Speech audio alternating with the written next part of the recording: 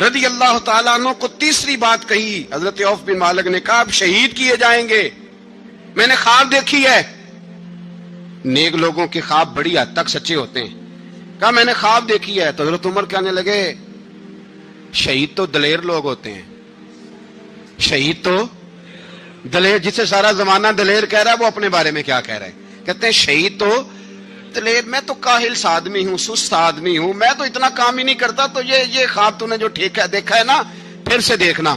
تو ابو بکر صدیق فرمانے لگے عاجزی نہ کر, انکساری نہ کر, تو جو کہہ رہا ہے ٹھیک کہہ رہا ہے, لیکن مجھے سن کے شکر بھی ہوا ہے اور افسوس بھی ہوا ہے. افسوس اس بات کا کہ تیرے جیسا بطل عظیم چلا جائے گا, اور شکر اس بات کا کہ رب تجھے زندگی بھی اعزاز والی دے گا, اور شہادت کی موت دے کے اللہ تجھے موت بھی عزت والی عطا فرمائے گا. اللہ موت بھی تجھے عزت والی دے گا, تجھے کاہلوں جیسی موت اللہ. حضرت فاروق اعظم رضی اللہ, او بھائی یہاں تو اس زمانے کا سب سے بڑا مسئلہ پروٹوکول ہے. لوگوں کو پتا ہوتا ہے کامل پیر ہے, کامل مرشد ہے, لوگ نہیں جاتے. میں کسی کا مرید ہو جاؤں, میرا پروٹوکول کدھر گیا؟ پتا ہوتا ہے یہ کامل استاد ہے, میں اس کے پاس بیٹھوں گا تو میری تربیت کرے گا, لیکن لوگ شاگرد نہیں بنتے. میں کدھر گئی؟ یہ جو پروٹوکول کی مصیبت ہے نا, اس نے بڑے بڑے لوگ زیرو کر دیے, بڑے بڑے لوگ. اور یہ مت سمجھے کہ آپ کا وزیر اعظم پروٹوکول لیتا ہے یا آپ کا صدر پروٹوکول, وزراء, ایسی کوئی بات نہیں. ہم چھوٹے طبقے سے لے کر بڑے سارے پروٹوکول کے قائل ہیں. ہمارا تو داماد بھی کہتا ہے کہ مجھے پوچھا نہیں میں تمہارے گھر کیوں آؤں. ہمارا تو بھائی ہر شخص اعلان کرتا ہے پروٹوکول کا, فلانے نے عزت نہیں دی تو واپس آ جاؤ, فلانے نے سلوٹ نہیں کیا تو واپس آ جاؤ. لوگ جہاں سلوٹ کرنا چاہیے وہاں بھی سلوٹ کرانے کے قائل ہیں. پر حضرت عمر رضی اللہ تعالی, حضرت عمر کی سادگی اور پھر جناب عمر کی عاجزی, جب انسان اپنے اوپر سوار کر لیتا ہے نا, سوار کر لیتا ہے, میں بدکار پرانا خادم, کسے در ملی نہیں ٹوئی, تے واصف یار نے نظر جو کی تھی تے واصف ہی. میں اکثر سوچتا ہوں حضور نے جہاں بھی کہا نا, فرمایا میرے بعد نبی ہوتے تو خطاب کے بیٹے عمر ہوتے. حضور نے فرمایا عمر جس رستے سے جاتا ہے شیطان وہ رستہ بدل جاتا ہے. نبی پاک صلی اللہ علیہ وسلم نے فرمایا میرا عمر وہ ہے کہ اس کی زبان پر حق جاری ہے. حضور علیہ الصلوۃ والسلام نے فرمایا 950 سال حضرت جبریل میرے عمر کی شان بیان کریں تو ان کی عظمت ختم نہیں ہوتی. 950 سال جبریل عظمت بیان کرے تو ختم نہیں ہوتی. یہ بات ہے حضرت عمر کی. اور فرمایا عمر ابو بکر کی نیکیوں میں سے ایک نیکی ہے, یہ شان ہے اب عمر فاروق رضی اللہ تعالیٰ عنہ کی. حضور نے فرمایا میرے بعد نبی ہوتے تو عمر ہوتے, جس گلی سے عمر آئے شیطان رستہ بدل جائے. میرے عمر فاروق کی شان 950 سال بیان ہو تو ختم نہ ہو. عمر کی زبان پر اللہ حق بیان کرتا ہے, جو عمر کہتا ہے وہی رب کر دیتا ہے.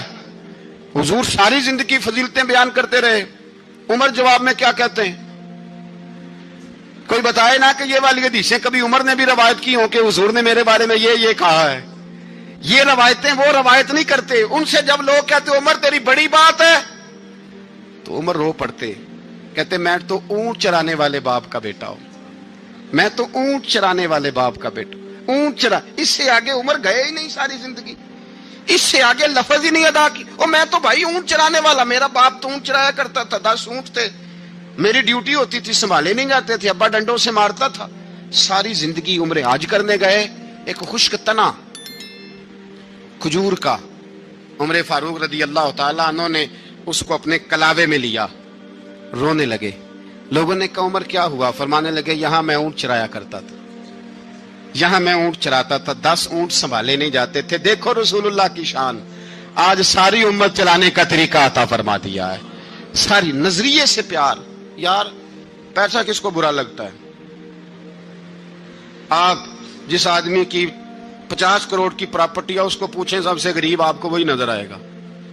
وہ کہے گا میں ٹائٹ ہوں, حالات بڑے. میں کئی بار پوچھے انہوں نے, میں کہتا ترجمہ بھی 10 چھڑو کی, ہمیں تو سمجھ نہیں آتی. اور ٹائٹ حالات کون سے ہوتے ہیں جی؟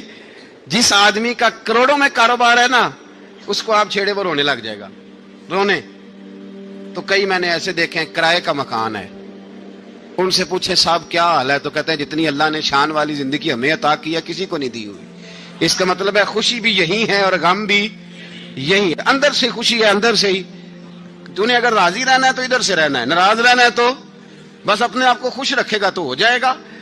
سارے صحابہ مل کے آئے, کہنے لگے عمر فاروق سے کہنا ہے نبی پاک کے زمانے میں تو ظاہراً غربت تھی, ابو بکر کے دور میں بھی غربت تھی, اب تو بڑا محال ہے. عمر سے سفارش کرو کہ عمر نیا کرتا پہنا کرے. ملکوں کے سفیر آتے, عمر وہی پھٹی پرانی چادر اوڑھ کے اور وہی کئی جگہ پہ پیوند لگے سوٹ پہن کے سفیروں کے سامنے بیٹھ جاتا ہے. عمر کو مشورہ دو. طے ہو گئی بات. سب نے جب مشورہ دے لیا تو سارے کہنے لگے یہ بتاؤ شیر کی مونچھ کو ہاتھ کون لگائے گا؟ کہنا کس نے ہے؟ بندہ بھی تو ڈھونڈو نا. نے کہا جناب میرا یہ خیال ہے کہ مولا علی شیر خدا کہیں گے, کیونکہ جس شخص کی عمر کو سب سے زیادہ حیا کرتے دیکھا وہ شیر خدا مولا علی ہے رضی اللہ تعالی علی کہیں گے. اس لیے کہ جناب علی تو کئی دفعہ جب گفتگو کرتے تھے تو حضرت عمر چپ کر جاتے تھے اور فرماتے تھے علی نہ ہوتا تو میں ہلاک ہو جاتا. تو کہا علی سے کہو. جناب علی شیر خدا کو بلایا. کس کام کے لیے؟ جی اللہ اکبر. یہ ذرا آپ نے اس دور پہ اس بات کو ذرا کہا جناب ان سے کہیں کہ زیادہ نہیں, ایک کرتا نیا پہن لے. سفیر آتے ہیں, وزیر آتے ہیں تو ایک کرتا نیا پہن لے. حضرت علی کو بلایا. آپ فرمانے لگے کوئی اور بات ہوتی تو میں کہہ دیتا, یہ والی میں نہیں کہہ سکتا. کوئی اور ہوتی تو میں عمر کو کئی دفعہ کہہ دیتا ہوں, جلال میں بھی تو سن, یہ والی میں نہیں کہہ سکتا. میں تمہیں ایک مشورہ دیتا ہوں. کہا وہ کیا؟ کہنے لگے سیدہ عائشہ صدیقہ سے کہو, وہ مومنوں کی ماں ہیں, عمر ٹالے گا نہیں. اماں جی سے جا کے کہا اماں جی نیا کرتا عمر سے کہیں پہن لیں, وزیر آتے ہیں بڑے بڑے لوگ تو چلو کوئی حرج نہیں. اماں جی نے کہا اچھا کوئی بات نہیں میں بلا لیتی ہوں. جناب عائشہ نے پیغام بھیجا. جب خادم نے کہا نا مصطفیٰ کے گھر سے پیغام آیا ہے, تو 20 لوگ بیٹھے تھے. عمر کانپتے ہوئے اٹھے, کانپتے دوڑے. حضرت عائشہ پردے میں تھی تو فرماتی ہیں عمر اتحیات کی حالت میں بیٹھ گئے. کہا اماں جی دیر تو نہیں ہو گئی مجھے آنے میں؟ کہا نہیں ٹائم پہ آ گئے ہو. کس لیے بلایا تھا؟ کہا عمر دیکھو غربت کے معاملات اور ہوتے ہیں, جب اللہ آسانی دے تو کوئی چیز استعمال کرنا حرام نہیں ہوتی, اگر حرام ہے تو بتاؤ. کہا نہیں اماں جی حلال ہی ہے. تو فرمایا پھر اتنے سفیر آتے ہیں, مشیر آتے ہیں, اب تو مال غنیمت بڑا آتا ہے, ڈھیر لگ جاتے ہیں مسجد میں, تو چل ایک نیا کرتا تم بھی پہن لیا کرو. اور آپ نیا کرتا پہنو گے تو دھاک بیٹھے گی غیروں پر. تو صحابہ کا مشورہ ہے کہ آپ نیا لباس پہنے. اماں جی کہتی ہے میں نے حکم دیا تو عمر چپ کر گئے, گردن جھک گئی. تھوڑی دیر کے بعد سیدنا عمر فاروق نے سر اٹھایا تو داڑھی پہ آنسو گر رہے تھے, رو پڑے. کہنے لگے پاک محبوب کی پاک بیوی جیسے حکم کرتی ہو میں حاضر ہوں, پر مجھے وہ والا لباس پہنانا جو میرے مصطفیٰ نے پسند فرمایا ہے. اگر یہ رنگ رسول پاک کا ہے تو میں حاضر ہوں, اور اگر نبی پاک کا نہیں تو پھر جیسے آپ حکم کریں. جناب عائشہ کہتے ہیں عمر روئے تو میں زیادہ روئی, میرا پلو بھیگ گیا آنسوؤں سے. میں نے کہا عمر آپ جائیے. عمر یوں نکلے تو جو صحابہ کھڑے تھے وہ کونے میں تھے, سارے آ گئے. کہا اماں جی کیا بناؤ؟ فرمایا بھائی تم سب جو باتیں کہتے ہو وہ اپنی جگہ ٹھیک ہیں, پر عمر جو بات کرتا ہے وہ سب سے زیادہ ٹھیک ہے. عمر جس پہلو پر بات کرتا ہے وہ یار ایسی عاجزی, ایسا رنگ, ایسا انداز, ایسا طرز حیات, ایسی زندگی. اولاد کے معاملے میں لوگ بزدل ہو جاتے ہیں, بزدل. پر حضرت عمر کا بیٹا مصر گیا, وہاں سے کمائی کر کے لایا, تجارت کرنے گیا, لاکھوں کا مال. کون سا باپ ہے دنیا میں جس کا بیٹا بعد سے پیسے لے کے آئے تو ابا تفصیل پوچھے کہ بیٹا کہاں سے کمائے, کہاں سے لایا, کتنے ملے, کیوں آئے؟ کون سا باپ تفصیل پوچھتا ہے؟ ابا تو کہتا لا صحیح اور تعریفیں کرتا ہے میرا بیٹا بڑی کمائی کرتا ہے. کبھی پوچھا ہے اس سے کہ ڈیوٹی صحیح دیتا ہے کہ نہیں؟ کبھی پوچھا ہے کہ تو ایمانداری کی روزی لاتا ہے کہ حرام کی کماتا ہے؟ یہ باپ کی ذمہ داری ہے, یہ اماں کی ذمہ داری ہے. پھر کہتا ہے بیماری کیسے آ گئی, پریشانی کیسے آ گئی؟ تو نے کبھی سوال کیا اپنی اولاد سے؟ حضرت عمر فاروق رضی اللہ تعالیٰ عنہ کا بیٹا مصر سے پیسے کما کے لایا تو جناب عمر نے بلایا, فرمایا بیٹے اتنی تو تیرے پاس راس ہی نہیں تھی, تھوڑے سے تو پیسے لے کے گیا تھا, اتنی کمائی کیسے ہو گئی؟ اتنے تو پیسے نہیں تھے صاحب, کہاں سے کمائی لائے؟ اس نے کہا ابا جی وہ جو میرے چچا ہے نا مصر کے گورنر, آپ کے دوست, انہوں نے میری مدد کی ہے. فرمایا جتنے لوگ گئے تھے سب کی ہے مدد اس نے. کہا نہیں صرف میری کی. فرمایا تیری کیوں کی؟ تیری کیوں کی؟ کہا حضور آپ کے دوست ہیں. فرمایا چپ کر. حضور انہوں نے مجھے اتنے پیسے دیے, میں نے کاروبار میں ڈالے تو نفع آیا تو میں ان کی رقم دے کے. فرمایا خاموش ہو جا. باقی جتنے لوگ گئے تھے سب کی مدد کی اس نے؟ کہا نہیں حضور صرف میری کی. فرمایا اس نے تیری مدد نہیں کی, اس نے خلیفہ کے بیٹے کی مدد کی, اس لیے کہ وہ خلیفہ کو اپنے حق میں نرم کر سکے. فرمایا آدھا مال تیرا ہے, آدھا مال غنیمت کا ہے, مال خزانہ کا ہے, مسلمانوں کا ہے, اس لیے کہ تو جو وہاں سے مال کما کے لایا ہے وہ اپنے باپ کے خلیفہ ہونے کی وجہ سے کما کے لایا ہے, لہذا رکھ ادھر. یہاں کہتے ہیں کدھر سے آیا, کیسے آیا, کون سا حساب دیں, کیا کریں. او بھائی حضرت عمر رضی اللہ تعالیٰ عنہ کا اپنی اولاد کے بارے میں یہ رنگ ہے. ایک جنگ سے نا خوشبو آئی, خوشبو بڑی مہنگی ہوتی تھی, عرب میں خوشبو آج بھی بڑی مہنگی ہے, وہ زیادہ استعمال کرتے ہیں. میری باتوں کی سمجھ آ رہی ہے میرے بھائی؟ بڑی مہنگی خوشبو تھی. جب وہ خوشبو آئی تو حضرت عمر نے کہا, گھر میں پہلے پہنچی حضرت عمر کے, چونکہ زیادہ عورتیں استعمال کرتی تھی گھر کے اندر خوشبو, مرد بھی لگاتے تھے. حضرت عمر نے اپنی بیوی سے کہا, آپ کی زوجہ تو تھی وہ بڑی خوشبو کو پسند کرتی تھی. حضرت عمر نے اپنی زوجہ سے کہا کہ خوشبو لاؤ, میں نے ایک عورت کی ڈیوٹی لگائی ہے, وہ خوشبو تول کے نا تو حصہ برابر صحابہ میں بانٹ دے گی. تو آپ کی زوجہ کہنے لگی کسی بی بی کی ڈیوٹی لگانے کی کیا ضرورت تھی, میں جو موجود تھی میں بانٹ دیتی ہوں تول کے حصہ برابر. آپ نے فرمایا نہیں تو رہنے دے, اور فلانی بی بی بانٹے گی. کہا حضور میں نے بھی بانٹنی ہے, میرے پہ کوئی شک ہے؟ آپ نے فرمایا نہیں تو تفصیل نہ پوچھ, تو خوشبو دے دے, کوئی اور بانٹے گی. خاتون خانہ تھی نا, کہنے لگی نہیں مجھے بھی آج آپ کو بتانا ہی پڑے گا کہ کوئی جو بانٹ سکتی ہے تو میں کیوں نہیں بانٹ سکتی. زوجہ کہتی عمر نے بات کی تو میری چیخیں نکل گئیں. حضرت عمر فرمانے لگے جب تو خوشبو بانٹے گی نا تیرے ہاتھوں کو بھی لگے گی, تیرے دوپٹوں کو بھی لگ جائے گی. اگر رب کریم نے مجھ سے سوال پوچھا کہ عمر خوشبو تو مسلمانوں کی تھی, تیری بیوی کے دوپٹے کو کیوں لگ گئی, تو میں اللہ کے حضور کیا جواب دوں گا؟ اگر اللہ نے یہ سوال کیا کہ تیری بیوی نے کیوں لگائی, وہ تو حصہ تھا مسلمانوں کا, تو نے تیری بیوی نے کیوں لگائی؟ تو فرمایا میں نہیں چاہتا کہ اللہ کے حضور مجھے اور تجھے باز پرس ہو, لہذا کسی اور کو بانٹنے دے. زوجہ روئی اور تڑپ کے کہنے لگی عمر مجھے لگتا ہے صبح قیامت بھی تیری بیوی ہونے کی وجہ سے اللہ مجھے جنت عطا فرما دے گا, تیری زوجہ ہونے کی برکت سے. بھائی یہ معیار رکھا, خدا کی قسم ایسا شخص تاریخ میں دوبارہ نہیں آیا. اتنا بڑا آدمی, اتنا بڑا شخص, اتنا بڑا آدمی, اور پھر رنگ یہ ہے کہ عمر 22 لاکھ مربع میل کا حکمران, 22 لاکھ, اور کھجور کے درخت کے نیچے مٹی کا ڈھیلا لے کے سو گئے ہیں, پرواہ کوئی نہیں, کوئی مسئلہ ہی نہیں. 2 غلام ساتھ بیٹھے تو ایک روٹی حضرت عمر نے گھر سے منگوائی, تھوڑا سا سرکہ, تو غلام کہنے لگے ہم نے بھی کھانی ہے. فرمایا کوئی حرج نہیں, روٹی کو پیٹ بھر کے کھانا ضروری تو نہیں, 3 حصوں میں بانٹ لیتے. ایک آدمی آیا ہوا تھا مصر کا رہنے والا ملنے کے لیے, اس نے پوچھا عمر کدھر ہے, تو کہا وہ ادھر جاؤ مسجد میں بیٹھے ہوں گے. اور واپس آیا تو کہنے لگا وہاں تو 3 غلام بیٹھے ہیں, ایک روٹی بانٹ کے کھا رہے ہیں, لگتا ہے کئی دنوں سے روٹی نہیں ملی. کہا 3 غلام تو کوئی نہیں, وہاں 2 ہی تھے, تیسرے تو امیر المومنین تھے. اس نے کہا نہیں 3 غلام ہیں, کپڑے بھی ایک طرح کے پہنے ہوئے ہیں, بلکہ 2 کے تو پھر صحیح ہیں, تیسرے کے تو زیادہ ماڑے ہیں. کپڑے بھی ایک طرح کے, کھانا پینا بھی ایک طرح کا, اور ان کا نشست برخاست بھی ایک طرح کی ہے, لہذا کوئی فرق نہیں. حضرت ابو ہریرہ کہتے ہیں میں لے کے آیا, اور جناب عمر کو جب میں نے کچی زمین میں تامت سمیٹ بیٹھے دیکھا تو میں رو پڑا.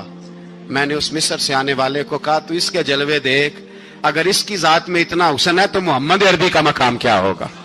یہ مقام غور ہے, مقام غور.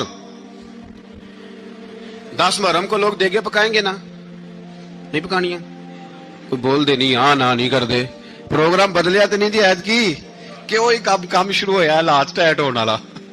کیوں جی پکنی ہے نا دیکھیں 10 محرم کو انشاءاللہ تعالی, ہم بھی پکائیں گے انشاءاللہ, یہاں بھی پروگرام ہوگا. تو 10 محرم کو جو دیگ پکنی ہے تو ایسا نہیں ہو سکتا کہ 1 محرم کو حضرت عمر کے نام کی بھی کوئی پک جائے. اگر امام حسن حسین کے نام کی دیگیں پکے تو جو امام حسن حسین سے پیار کرنے والے ہیں, جو امام حسن حسین سے, ہم لوگوں نے بھی عجیب رٹا اپنایا ہے نا, ہم لوگ بات کا ایک پہلو دیکھتے ہیں دوسرا نہیں دیکھتے.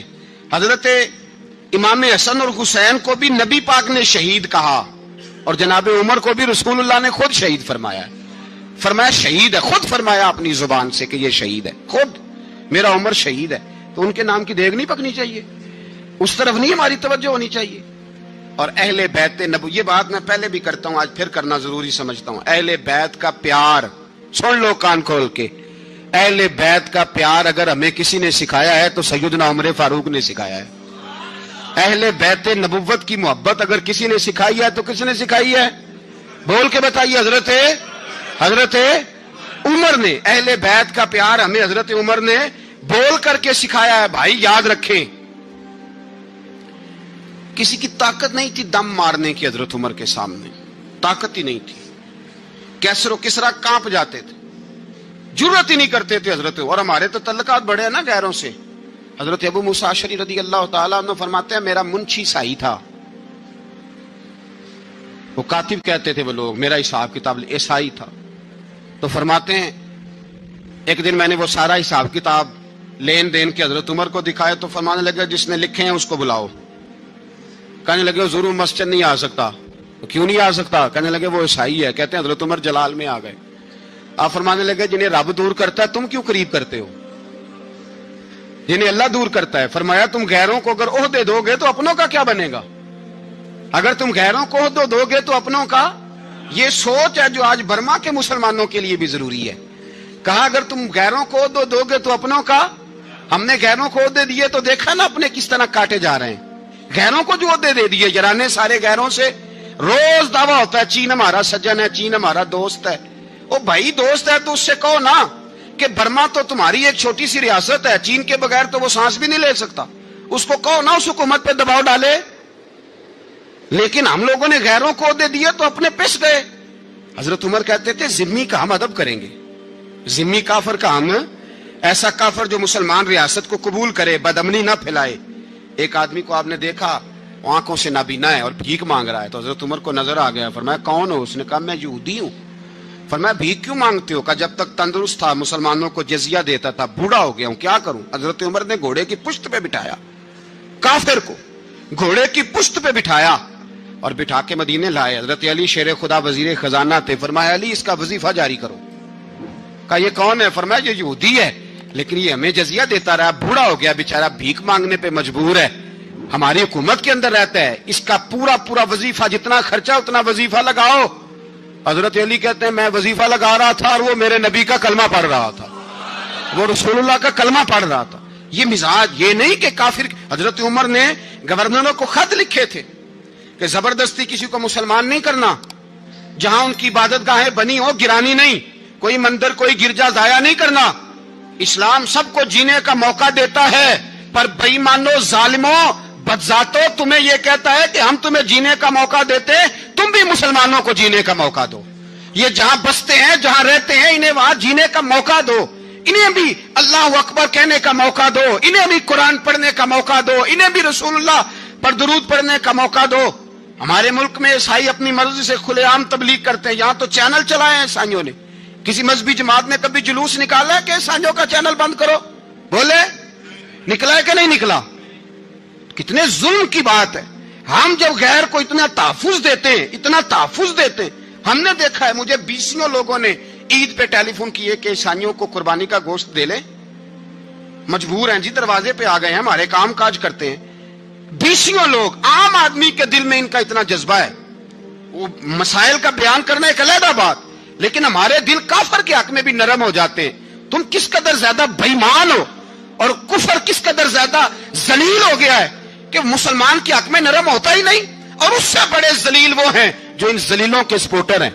وہ کسی عرب ملک کے حکمران ہو یا کسی اور جگہ کے، وہ بڑے ذلیل ہیں جو ان ذلیلوں کے سپورٹر ہیں، جو برما کی بچیوں کے قتل پر اپنی حکومتیں چمکا رہے ہیں. انہیں شرم نہیں آتی. اس قدر مسلمان تڑپا ہے لیکن ان بے غیرتوں کو ذرا ہوش نہیں آئی. اور یہ ان کے کماش، ان کے دلال جو ہر جگہ ان کی سپورٹ کر کے اپنی حکومتیں قائم کرتے ہیں، بے ایمانوں کو پتہ نہیں کہ کب ان پر اللہ کا عذاب اترے گا اور کس طرح ان کے پرخشے اڑیں گے. تمہیں اپنی ذلت اور رسوائی نظر نہیں آ رہی کہ زمین کس طرح تمہارے لیے تنگ ہو گئی ہے؟ اس سے زیادہ اور تمہاری رسوائی کیا ہوگی؟ ڈرو اللہ سے. اور یہ تو دنیا کا عذاب ہے. ان بطش ربک لشدید. میرا رب کہتا ہے قیامت تو قائم ہونے دے.